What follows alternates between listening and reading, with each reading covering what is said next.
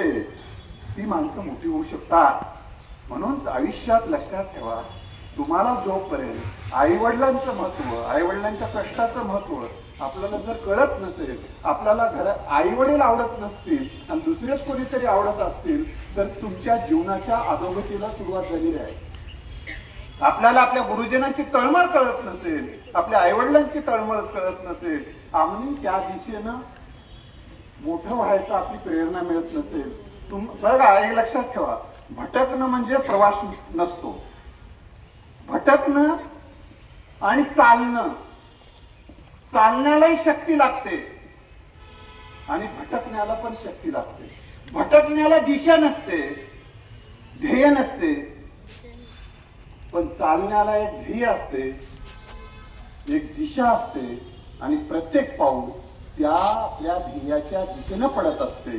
ज्यांचं प्रत्येक पाऊल ध्येयाच्या दिशेनंच जात असेल तर ती माणसं मोठी होतात. बरेच जणांचे पावलं कुणीकडे पडतात. तुमची जी शक्ती आहे, तुमचं कौशल्य आहे, तुमचं शहाणपणा कशासाठी वापरता तुम्ही? खोड्या करण्यामध्ये, एकमेकाला चिडवण्यामध्ये, रुसून बसण्यामध्ये, रागवण्यामध्ये, झोपून राहण्यामध्ये, कुचाळत्या करण्यामध्ये, कोण कोणावर लाईन मारायले बघण्यामध्ये. म्हणजे आपली शक्ती, आपली क्षमता, आपलं कौशल्य जी माणसं वाया घालतात ती माणसं आयुष्य वाया घालतात. आपण शाळेमध्ये का आलो हे विसरून जातात आणि शाळेत कोण कोण आलं नाही हेच विचार करण्यामध्ये दिवस निघून जाते.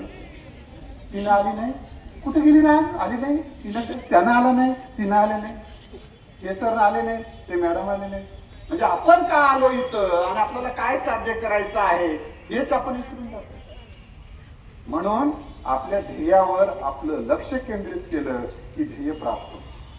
आजपासून तुम्ही एक लक्षात ठेवा, मी माझ्या जीवनामध्ये रोज अनावश्यक काय काय करतो ज्याचा काहीच उपयोग नाही, जे आयुष्य अर्थपूर्ण करत नाही. एकमेकाच्या शर्ट ओढणे, केस ओढणे किंवा लावून देणे, भांडणं करणे, याचा काही आयुष्यात उपयोग नाही. रुसून बसणे, चिडणे, रडणे, अभ्यास न करणे, याचा काही उपयोग आहे का आयुष्यात? किती जणांना मोठं बनायचंय आयुष्यामध्ये, काही मोठं हात वर करा. नाही काही, बस ठीक आहे, ओके. काही जण काय विचार करायचं माहिती काय, त्यानं मोठं बनणार असं तरच मी बोलतो, त्याला केलाय का हातवर तरच करतो. म्हणजे काही जण दुसऱ्याकडे बघून, दुसऱ्याकडे सातत्याने बघून आपलं जीवनाचं वाटचाल करायचा प्रयत्न करतात. तर तुम्हाला सांगत होतो, श्यामची आईचं पुस्तक जर गाणं वाचलं असेल तर श्यामची आई ला मधला श्याम काय म्हणतो, माझ्या पायाला घाण लागल पदर पसरो, म्हणते पदरा तुझा पाय. तर श्याम काय म्हणते, श्याम ते पायाला घाण लागू नये म्हणून जपतो. तेव्हा त्याची आई काय म्हणते, बेटा श्याम तू जसं पायाला घाण लागू नये म्हणून जपतोस ना, तसं मनाला घाण लागू नये म्हणून जप. मनाला घाण लागू नये म्हणजे जपणं म्हणजे काय, ज्यांच्या मनाला घाण लागलेली असते आणि ते घाण तशीच ठेवून मनामध्ये जगतात ती माणसं मानसिक रुग्ण असतात. ती माणसं नेहमी अस्वस्थ असतात, ती माणसं नेहमी त्रस्त असतात. त्यांचं मन कुठेच लागत नाही. शाळेत आलं तर शाळेत लागत नाही, घरी गेलं तर घरी पण लागत नाही. मनातला मळ काढल्याशिवाय मन स्वस्थ होत नाही, मन समाधानी होत नाही, मन तृप्त राहत नाही, मन एकाग्र होत नाही. आणि मन एकाग्र झाल्याशिवाय अभ्यास होत नाही. काही जणांचं अभ्यासात मनच लागत नाही. कोणाकोणाचं मन लागत नाही कसं मध्ये, ओके ठीक आहे. अभ्यासात मन न लागण्याचे काय कारण आहेत माहिती काय, प्रत्येकाचं मन लागलेलं असते पण ते कुठेतरी लागलेलं असते. जिथं लागावं तिथं लागलेलं नसते, हा प्रॉब्लेम आहे. आणि जिथं नको तिथं लागलेलं मन अभ्यासाच्या ठिकाणी आणण्यासाठी असे व्याख्यान ऐकले पाहिजे. चंदरकर सर म्हणाले,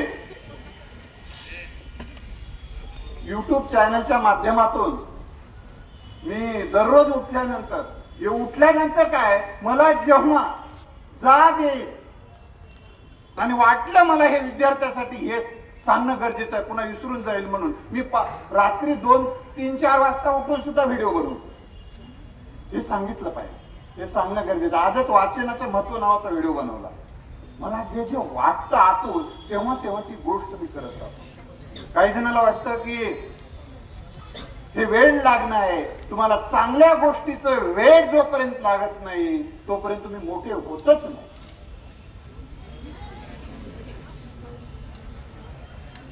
असं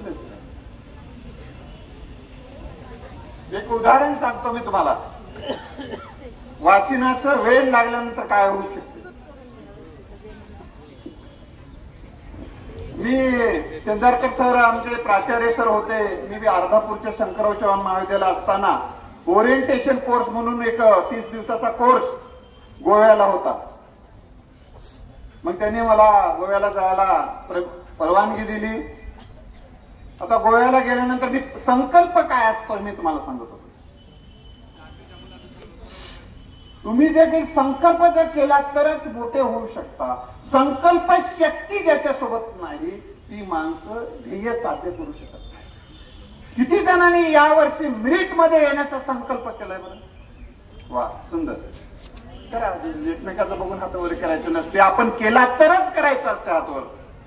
संकल्प करणं म्हणजे काय? मी ही गोष्ट प्राप्त करणार म्हणजे करणार.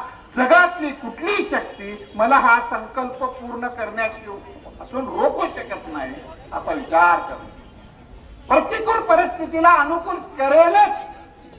संकल्प कोण केला होता? इकडे लक्ष दे. छत्रपती शिवाजी महाराजांनी कोणता संकल्प केला होता? स्वराज्य निर्माण करण्याचा संकल्प केला. एके दिवशी संकल्प केला आणि दुसऱ्या दिवशी विसरून गेले का? छत्रपती शिवाजी महाराजांनी केलेला स्वराज्य निर्मितीचा, स्वराज्य स्थापनेचा, स्वराज्य विकसित करण्याचा जो काही त्यांनी संकल्प घेतला होता आयुष्याच्या शेवटापर्यंत होता. तो आपला संकल्प 31 तारखेला होतो पहाटे उठावं म्हणून आणि 1 तारखेला मरून जाते. कारण आपण ते 31st साजरा करण्यामध्ये जागा राहतो आणि पहाटे उठण्याचा विचार मरून जातो. पहिल्या दिवशी मेलेला संकल्प आपल्यालाच, आपलं संकल्प मरून जाणं म्हणजे आपलं यश मरून जाणं. ज्यांचे संकल्प मरत राहतात त्यांचं यश मेलेलं असतं. त्यामुळे संकल्प मरू देऊ नका. मी तुम्हाला माझं एक उदाहरण सांगत होतो. मग तिथं गोव्यात गेल्यानंतर मी पहिल्या दिवशी असा एक संकल्प केला की एका महिन्यामध्ये एक पुस्तक लिहील आणि गोव्याच्या मुख्यमंत्र्याच्या हस्ते प्रकाशित करेल असं परिचय देताना सांगितलं मी. लोक तिथले हसू लागले. सगळे एवढं झालंय काय? डोक्यावर परिणाम झाला असेल. आपल्या डोक्यावर परिणाम झाला असं जर कोणी म्हणत असेल तर समजायचं की आपण चांगल्या मार्गाने चाललेलो आहोत. लक्षात आलं? मी त्या ठिकाणी पहाटे उठायचो आणि पहाटे उठून मी ते लिहायचो. लिहिल्यानंतर गोव्यामध्ये जायचो पणजी या ठिकाणी ते पुस्तक टायपिंगला द्यायचो. परत टायपिंगला तिथं 8-9 पर्यंत ते टाईप केलेलं घरी घेऊन यायचो. मग पुन्हा दुरुस्ती करायचो. येईपर्यंत तिथं जेवणाचं जे माणूस आणायचा ना, गाडीमध्ये जेवण आणायचं ते घेऊन गेलेलं असायचं. मी काहीतरी घरून नेलेला चिवडा वगैरे खाऊन तसंच झोपायचं. एका महिन्यामध्ये एक पुस्तक लिहिलं ध्येयवेध नावाचं आणि गोव्याच्या मुख्यमंत्री दिगंबर कामत यांच्या हस्ते ते प्रकाशित मी केलेलं आहे. मी हे उदाहरण एवढ्यासाठीच सांगितलं, दुसऱ्याला सांगायला काय लागते, आपण काय करता असं जर वाटत असेल म्हणून तुम्हाला सांगितलं. नेट एक्झाम मी पहिल्याच प्रयत्नात पास झालो अभ्यासाच्या बळावर. तुम्ही म्हणताल की तुम्हाला काय लागले, सगळ्या सुविधा असतील वगैरे सगळं. तुम्ही किती किलोमीटर चालत शाळेला येता? 1 किलोमीटर, 2 किलोमीटर. काही जणांची आठवण येत असेल ना. 3 काही जण ज्या दिवशी आठवण येणार नाही त्या दिवशी शाळेला येत नाही. मी म्हणलो काल नाही शाळेला, पोरांना विचारतो मी. नाही सर आज आठवत आलं नाही. का? किती किलोमीटर आहे? 2 किलोमीटर आहे. मग 2 किलोमीटर चालत का आलं नाही? कोण चलाव? कोणी म्हणेल की ना चाललं तर आणि चालत चालत का इम्प्रेशन डाऊन होईल. काही जणांना इम्प्रेशनचं एवढं पडलेलं आहे. एका पोराला मी म्हटलं, अरे त्याला उठ अभ्यास थोडासा तुझा परिचय दे, थोडस भाषण करतोस का. तर चुकलं तर काय होतं बेटा, चुकलं तर अजून शिक्षण नाही सर. लोक हसतात म्हणला. हसलं तर काय होते म्हणलं, इम्प्रेशन डाऊन होते म्हणला. मी म्हणलं तुझं इम्प्रेशन आहे असं कोणी सांगितलं, कल्याणकर सरांनी सांगितलं का. नाही. मग तुला कसं वाटतं इम्प्रेशन आहे म्हणून. माझं मलाच वाटते म्हणलं. इम्प्रेशन हे दुबळ्यांचं कधीच नसतं. जे घडवून घेत नाही त्यांचं कधीच इम्प्रेशन नसते. जे चुका करत करत शिकतात आणि मोठे होतात त्यांचंच इम्प्रेशन असते. जे चुका होणार नाहीत म्हणून जे घाबरून जे काहीच करत नाही त्यांचं इम्प्रेशन कधीच नसते. लेखन म्हणाला, सर मी कधीच घोड्यावरून पडलो नाही म्हणला. कसं काय रे म्हणलं. नाही पडलोच नाही सर म्हणला. भादराव म्हणला मी. कसं काय, घोड्यावरच बसलो नाही म्हणलं. असे काहीच न करणारे बहादर या देशात खूप आहेत. काहीच न करता आपलं कधीच चुकत नाही म्हणतात. केलं तरच चुकते की. लक्षात आलं. म्हणून जितक्या जास्त चुका होतील तितका जास्त माणूस शिकत जातो. पण एक चूक डबल करायची किंवा होऊ बी शकते. डबल चूक होऊ शकते. एडिसनना विजेच्या बल्बचा शोध लावला. किती वेळ चुकले होते ते. किती वेळ बेटा सांग ना, काय होतं चुकलं तर काय. एखाद्या वेळ चुकलं 999 वेळा. हा मी म्हणलो 98 वेळा. सर मी वाचलेल्या पुस्तकात 999 वेळा आहे तेवढं म्हणायचं. ओके. मग त्यांना पत्रकारांनी विचारलं की 999 वेळा तुमच्या चुका झाल्या, विजेच्या बल्बचा शोध लागला नाही. एक मिनिट.